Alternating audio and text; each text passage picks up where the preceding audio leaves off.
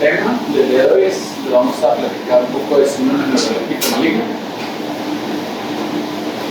Bueno, de manera de introducción, se trata de una emergencia neurológica que está asociada al uso de antipsicóticos. Clínicamente tiene una tetrada que vamos a comentar un poquito más adelante, aquí también se las pongo rápidamente. Esta tetrada se caracteriza por tener cambios en el estado mental, rigidez, fiebre y disautonomía, ¿no? Es una entidad clínica que se describió por primera vez desde los años 60 y su mortalidad con el paso de los años pues, ha ido disminuyendo, ¿no? En un inicio, cuando se estudió por primera vez, tenía una mortalidad muy elevada, hasta en un 76% de las ocasiones que se presentaba, y actualmente pues según la serie que se revise puede ir desde un 10% hasta un 20% de las veces de los casos que se presentan pueden llegar a fallecer, ¿no? Se trata de una entidad clínica que realmente es muy rara. Su incidencia va desde un rango que va desde el 0.02% al 3% de los pacientes que son usuarios de medicamentos antipsicóticos, ¿no? La mayoría de los casos es en adultos jóvenes, sin embargo no hay un rango de edad establecido como tal. Sí se ha visto que se presenta más en este grupo de pacientes nada más. La edad no se considera un factor de riesgo y tampoco hay una diferencia tangible entre cuando se presenta entre hombres y mujeres. No hay diferencia en este contexto. Los medicamentos mayormente asociados son muy importantes, ¿no? Les voy a poner una tablita más adelante, es amplia la lista. Los antipsicóticos que mayormente se relacionan con este cuadro clínico son los de primera generación, los agentes llamados neurolépticos, como son el haloperidol y la flufenacina. También se asocia con antipsicóticos de baja potencia, como la clorpromazina, de segunda generación, como clozapina, risperidona o olanzapina, y con algunos antieméticos también, como toclopramida y promethazina, ¿no? Esta es una tablita que viene en update de los antipsicóticos que mayormente se han asociado y también de los agentes antieméticos que se han asociado al síndrome neuroléptico maligno. Bueno, otra cosa que es importante hacer la mención en cuanto a los medicamentos asociados, en realidad no hay un tiempo establecido en el cual se presenta este cuadro clínico, porque incluso desde una sola dosis se puede llegar a presentar, pero mayormente se ha visto que se desarrolla 2 semanas después de haberse instalado el medicamento. Y otra cosa importante es que incluso se puede presentar en pacientes que han sido usuarios de un antipsicótico durante años y de la nada que pueden llegar a presentar el síndrome, ¿no? Eso es importante tenerlo en cuenta. Los factores de riesgos descritos o asociados pues, son considerados, por ejemplo, otros factores psiquiátricos, como estados catatónicos de agitación extrema, estado de agitación extrema. Esto es porque en estas situaciones clínicas se utilizan grandes dosis, ¿no? Grandes dosis de medicamentos antipsicóticos. Hay una rápida escalación de los medicamentos, hay asociación de uno o más medicamentos, e incluso el uso parenteral de los mismos se podría considerar como factores de riesgo para que un paciente te presente el cuadro, ¿no? El uso concomitante de litio también estaba descrito como un factor de riesgo, y que los pacientes reciban medicamentos antiparkinsonianos en asociación con otros antipsicóticos aumentaba el riesgo de que se presentara este cuadro clínico. En cuanto a la patogénesis, pues en realidad es una causa no establecida, es una causa desconocida. Sin embargo, la teoría más aceptada es que hay un bloqueo de los receptores de dopamina, ¿no? A nivel hipotalámico es probablemente el área afectada y aceptada por la cual se detona la hipertermia, las disautonomías, que son características en este cuadro clínico. También están descritos la asociación o la participación de otros neurotransmisores del sistema nervioso central, como el ácido gamma-aminobutírico, inotrina, serotonina y acetilcolina, ¿no? También hay teorías que hablan de susceptibilidad genética, pues, sin embargo no está bien establecida esta situación. Las manifestaciones clínicas que vamos a encontrar, como les comenté en un inicio, es esta tetrada, ¿no? Fiebre, rigidez, se refiere a rigidez muscular generalizada, cambios en el estado mental y disautonomías, ¿no? Los síntomas típicos pues, son esta temporada, que se presentan en el 97 al 100% de los casos en los primeros 3 días, ¿no? Hablando específicamente del estado mental, casi la mayoría de las ocasiones es el síntoma detonante o el síntoma principal, ¿no? En el 82% de los pacientes se presenta e pueden iniciar, por ejemplo, con un cuadro de delirium hiperactivo, que posteriormente se agrega confusión o las dos al mismo tiempo. Entran en un estado de psicosis los pacientes para posteriormente entrar en un estado de encefalopatía, de estupor y coma, ¿no? Haciendo como un cambio evolutivo a nivel estado mental del paciente. La rigidez muscular se describe como generalizada, extrema, resistente en todos los rangos de movilidad, en todos los actos exploratorios en el paciente. Otras anormalidades musculares, musculoesqueléticas o musculares que podemos encontrar en los pacientes es temblor, trismus, corea, disinesia, cialorrea, disartria y disfagia. Ahí dice disfasia, pero era disfagia. En cuanto a la hipertermia, pues es una temperatura medida en más de 2 ocasiones, pues voy a comentar más adelante los criterios, mayor a 38 grados, es comúnmente encontrarla a esta temperatura, pero hay ocasiones en las que puedes encontrar temperaturas hasta mayores a 40 grados centígrados, ¿no? Y la temperatura o la hipertermia la encuentras en un 80% de los casos.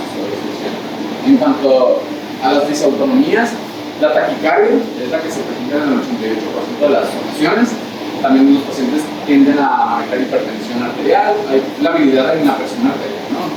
Hay cuadros de arritmia, hay diaforesis, hasta en un 61% de las ocasiones, ¿no? Entonces las disautonomías también entran pues, como parte del criterio clínico. Los laboratorios que vamos no a pedir al paciente, pero donde tenemos que ver cambios o buscar estas alteraciones son estos principalmente. El CPK típicamente se eleva a niveles más allá de hasta de 1000 unidades internacionales por litro, ¿no? Comúnmente encontramos leucocitosis que puede ir desde un rango de 10.000 a 40.000 células. También es común encontrar elevación de LDH, de transaminasas, de fosfatasa alcalina, desequilibrios hidroelectrolíticos que pueden llegar a poner en peligro la vida del paciente, hipocalcemia, hipomagnesemia, hipernatremia, hipercalemia también, acidosis metabólica, son hallazgos muy comunes en esta entidad clínica, ¿no? Entonces son importantes pensarse, revisarse y buscarse cuando se está pensando en esta entidad clínica, ¿no? Y el daño renal también es importante y generalmente es secundario a rhabdomiólisis que los pacientes comienzan a hacer. En cuanto al diagnóstico, es importante tener en cuenta que el diagnóstico de esta entidad clínica es un diagnóstico por descarte. Antes tienes que haber descartado infecciones del sistema nervioso central, sobre todo, o alguna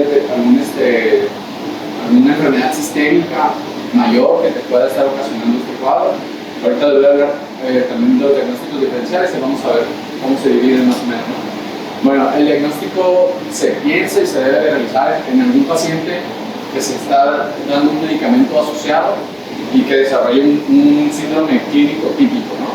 Existen criterios internacionales para el síndrome neuroléptico maligno que datan del 2011, son los que encontré, basados en clínica positiva, en hallazgos de laboratorio y exclusión de otras causas, ¿no? Entonces, estos son los 3 componentes que tenemos que tener para realizar este diagnóstico.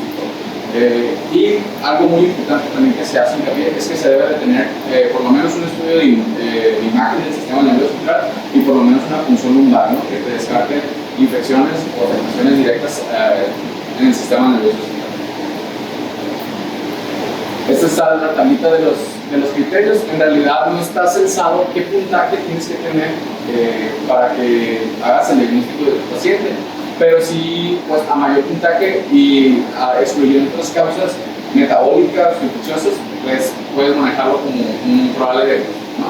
Y vale el puntaje, por ejemplo, exposición a antagonistas dopaminérgicos en las últimas 72 horas, 20 puntos, hipertermia mayor a 38, 18 puntos, rigidez, 17 puntos, alteraciones del estado mental, 13 puntos, CPK elevada, al menos 4 veces su nivel basal, son 10 puntos, perdón. Tienes que encontrar la habilidad en el sistema nervioso central, en el simpático, que son las disautonomías, ¿no? Al menos 2 de las siguientes, que haya una elevación de la presión arterial sistólica o diastólica en un 25% de la basal, que haya diaforesis, que haya incontinencia urinaria, o también que haya aumento del 20% de la frecuencia cardíaca basal, que son considerados como hallazgos clínicos positivos para cómo hablar de una disautonomía en estos pacientes, ¿no? Incremento en el metabolismo, que se podría identificar, por ejemplo, un aumento de la basal de la cardíaca en un 25% o un aumento de la basal de la respiratoria en un 50%, ¿no?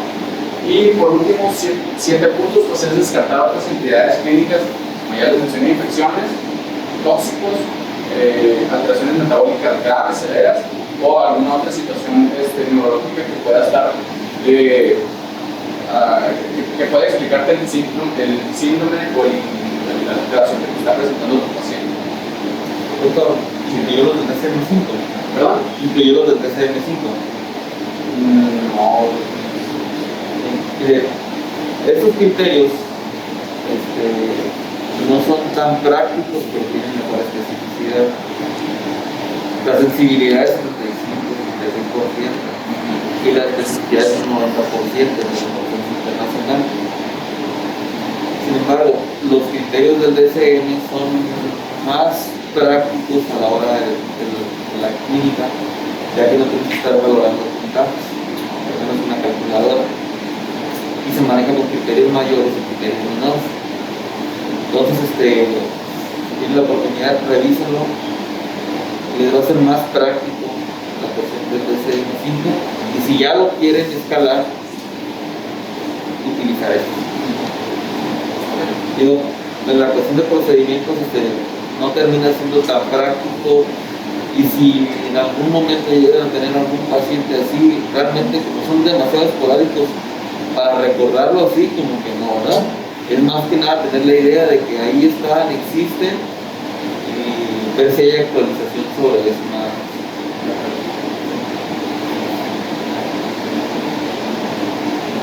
En cuanto al diagnóstico, y los diagnósticos diferenciales pues también son muy importantes, porque la literatura te menciona que es muy difícil en realidad establecer el diagnóstico o pues sí, o sea, tienes que descartar muchas entidades clínicas, y hay unas que son muy parecidas a una hipertensión, a un síndrome neuroléptico maligno, y les digo, los diagnósticos diferenciales se pueden poner en dos categorías, ¿no? Los relacionados al síndrome neuroléptico maligno y las no relacionadas, ¿no? En primer grupo también pueden causar rigidez, pueden causar hipertermia, disautonomía, ¿no? Por ejemplo, un síndrome serotoninérgico causado por inhibidores de la recapitulación de serotonina, que presentan una clínica similar, difícil de distinguir del síndrome neuroléptico maligno, ¿no? Síntomas digestivos. ¿Perdón? El síndrome serotoninérgico normalmente tiene síntomas digestivos. Ajá. Sería una diferencia importante comparado con el neuroléptico maligno. Otro, por ejemplo, es la hipertermia maligna, que tiene un componente genético que también es muy raro, y generalmente lo desencadenan agentes anestésicos, ¿no? Principalmente inhalados. Se ha asociado mucho al uso de la succinilcolina. El cuadro clínico también es muy parecido, pero la característica es que este cuadro es más fulminante o más severo que el síndrome neuroléptico. Otro cuadro clínico importante, y de hecho es el que hace mención como el más difícil de diferenciar de neuroléptico maligno, es la catatonia maligna. Aquí el cuadro clínico es insidioso, por eso se parece mucho, porque es insidioso, de semanas, hay agitación, hay psicosis, rigidez. Y lo que se hacía mención es que la diferencia, como nos comentaron en diapositivas anteriores, la catatonia maligna muy difícilmente te va a causar estragos en los laboratorios, por así decirlo, los vas a encontrar normales. Esa es una diferencia importante con el neuroléptico maligno, porque el neuroléptico maligno, como ya les comenté, sí te va a afectar a múltiples órganos, ¿no? Y el otro grupo de diagnósticos diferenciales que hay que tener en cuenta pues son las otras condiciones clínicas, ¿no? Como les sigo comentando, infecciones del sistema nervioso central, infecciones sistémicas, convulsiones, hidrocefalia aguda, daño medular también agudo, infartos agudos al miocardio, tétanos, vasculitis del sistema nervioso central, incluso pilotoxicosis, protonestomas e intoxicación por otras drogas. También hay que mencionar el abandono de tratamiento con los que tienen la enfermedad de Parkinson, cuando si quieren altas dosis y suspenden abruptamente el tratamiento, pueden presentar un síndrome parecido también.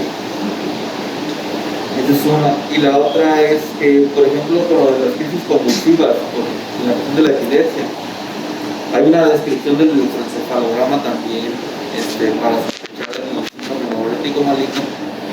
No porque pidas el electroencefalograma por esa sospecha, sino porque tienes un estatus convulsivo. Entonces, por ese detalle, ¿no? No sé si tenga algún otros diagnósticos diferenciales. No, son los que venían.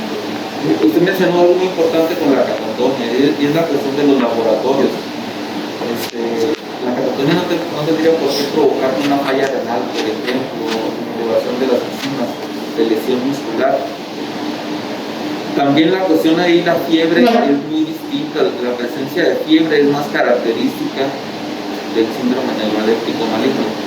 La rigidez sí se puede llegar a ver en la catatonia, pero es transitoria, es fluctuante. De repente el paciente tiene más flexibilidad seria. Entonces eso no se suele ver en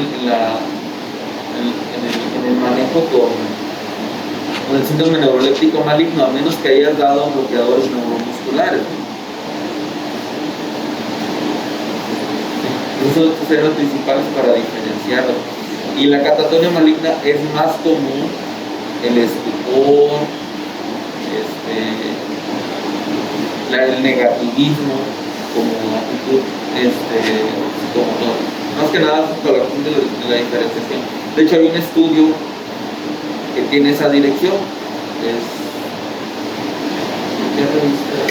Creo que era de psicofarmacólogo. Y ahí viene publicado como pregunta, como tal, cómo diferenciar la catatonia precisamente del síndrome neuroléptico. Y ahí viene estadísticamente relacionado, ¿no? Una buena serie de casos. Bueno, ya vamos a entrar a la parte del tratamiento. Te hace mención que cuando son manifestaciones clínicas muy severas, el paciente requiere un manejo en unidad de cuidados intensivos.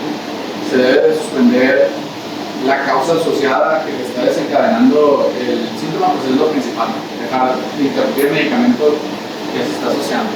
Se debe brindar soporte vital agresivo como meta de soporte vital, pues es evitar las complicaciones que son potencialmente fatales, ¿no?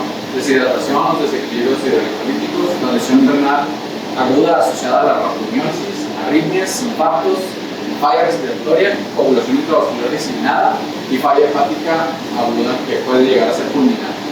Entonces, por eso es un paciente que en realidad, pues sí, el manejo es una terapia intensiva. Y en cuanto al soporte vital, pues son medidas generales, ¿no? Como instrumento, descontinuar el antipsicótico, tratar de mantener una estabilidad hemodinámica, si es necesario brindar ventilación mecánica, si es necesario brindar manejo antiarrítmico, incluso en algunas ocasiones hasta colocar marcapasos llega a ser parte de la terapéutica de los pacientes. Mantener eupolemia, administración de soluciones intravenosos con volúmenes grandes, sobre todo para mitigar, para tratar de darle un manejo a la rhabdomiólisis que te presentan los pacientes y con miras de brindar una protección a nivel nefrológico, ¿no? Medios físicos para evitar la hipertermia, también, son escritos. Antihipertensivos, no hay un consenso en realidad de cuál sea el mejor. También otra cosa que les quería hacer mención es que en realidad no hay una guía de tratamiento, al menos no la encontré, una guía de tratamiento.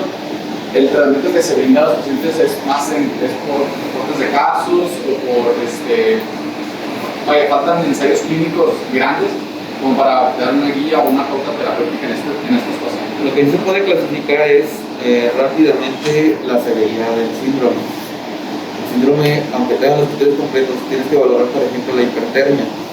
Si la hipertermia no pasa de ser una febrícula, se consideraría leve, acompañado sobre todo de las alteraciones mentales clásicas, la rigidez muscular y aún así la rigidez que sea más leve. Un cuadro severo, ¿cómo lo considerarías? Una hipertermia arriba de 40 grados centígrados, mayor rigidez bien clara y lesiones daño en otros órganos. Entonces sería ya la cuestión de la severidad. ¿Qué tiene que ver el indicar que sea severo o no? Pues también tiene que ver con la mortalidad.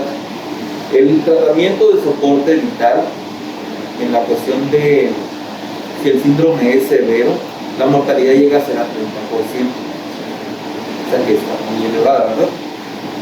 Entonces, si en cualquier grado de severidad la mortalidad puede llegar a ser un 15%, 14%, entonces está todavía la cuestión de que el soporte vital sí ayuda, pero tendrías que ver el grado de severidad. Por eso lo menciona como cuidados intensivos.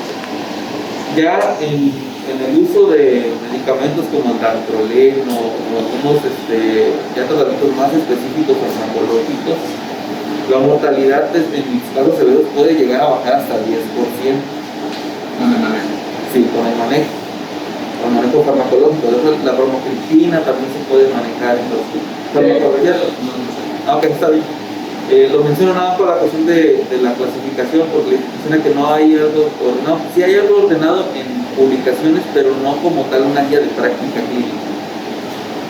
Y en la cuestión de la mejor opción para reducir la mortalidad es la terapia de conjunción,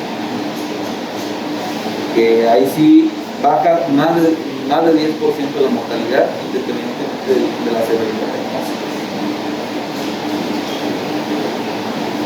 Esto es en cuanto al soporte vital o las medidas generales en los pacientes. Ya el tratamiento específico, como lo comentó el doctor, esto es lo que está basado en reportes de casos y experimentales, y no en ensayos clínicos así grandes. Los agentes comúnmente utilizados en casos severos, como hace mención de los dantroleno, bromocriptina e incluso amantadina, ¿no? Benzodiazepinas como estaban descritas para casos moderados o casos leves, ¿no? Como lorazepam y diazepam. Lorazepam, si se decide dar en un caso leve, a dosis de 1 o 2 miligramos intramuscular o intravenoso cada 4 o 6 horas, es aceptable. Diazepam, a una dosis de 10 miligramos cada 8 horas.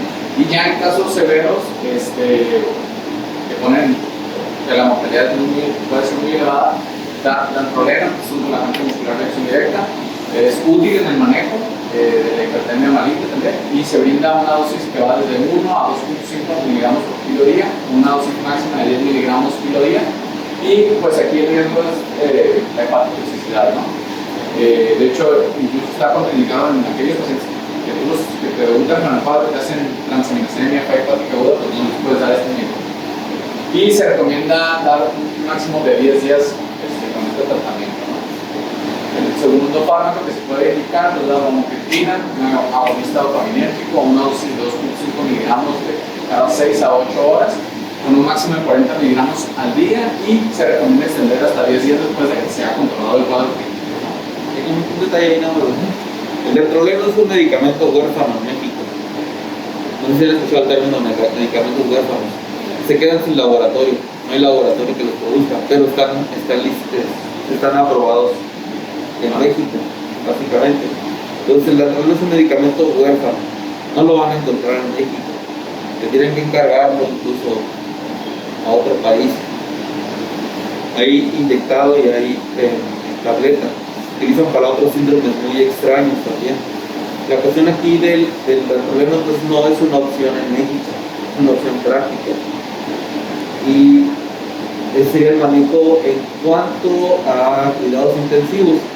Después se darían otras 2 semanas de tratamiento por vía oral.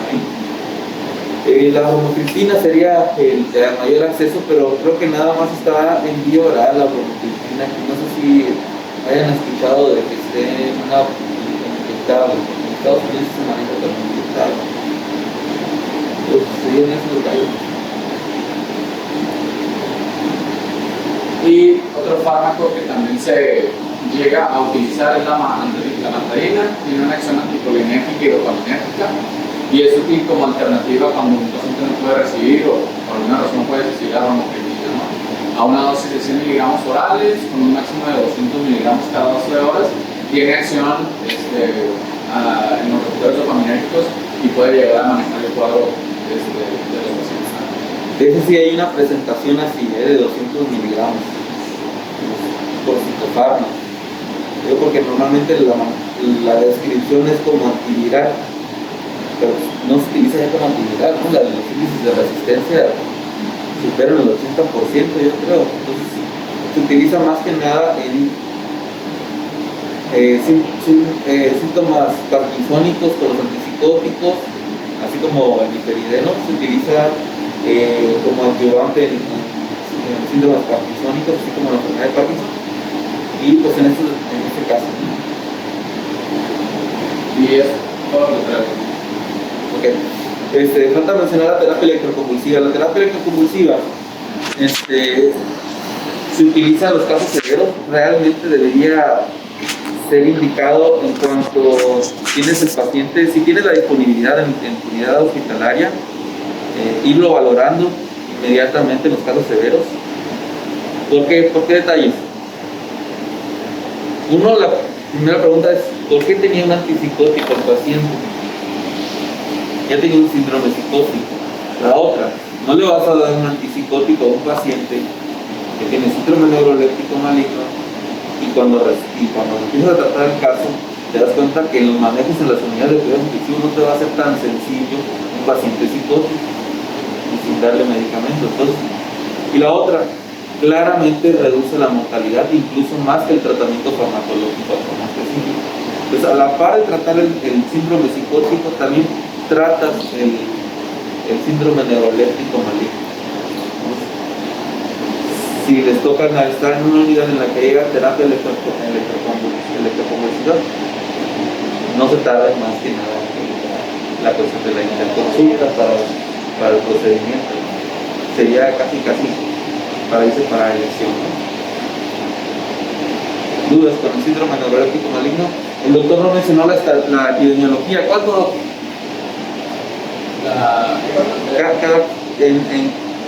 ¿Cuánto porcentaje se ven de los pacientes que tratas? El punto 5 a 3 dijo, ¿no? ¿En cuántos se presentan? O sea, los que presentan Sí, ¿en qué porcentaje? 3%. Lo máximo que se ha reportado, ¿no? La otra, hay una diferencia entre el síndrome neuroléptico maligno, por ejemplo, ahí mencionaban 10 días de tratamiento. Hay que ver si el paciente no tiene un antipsicótico de depósito. Sí, ahí cambia la perspectiva. Yo he visto pacientes que peligrosamente les inician el de depósito sin antes haber iniciado un tratamiento vía oral. Lo he visto más que nada en los manejos de anexos. Les ponen el de depósito sin haber visto cómo reaccionaba con la vía oral. El de depósito dura un mes en sangre, entonces el tratamiento de los cuidados intensivos se puede prolongar, ¿sí? Se prolonga un 50% más o menos.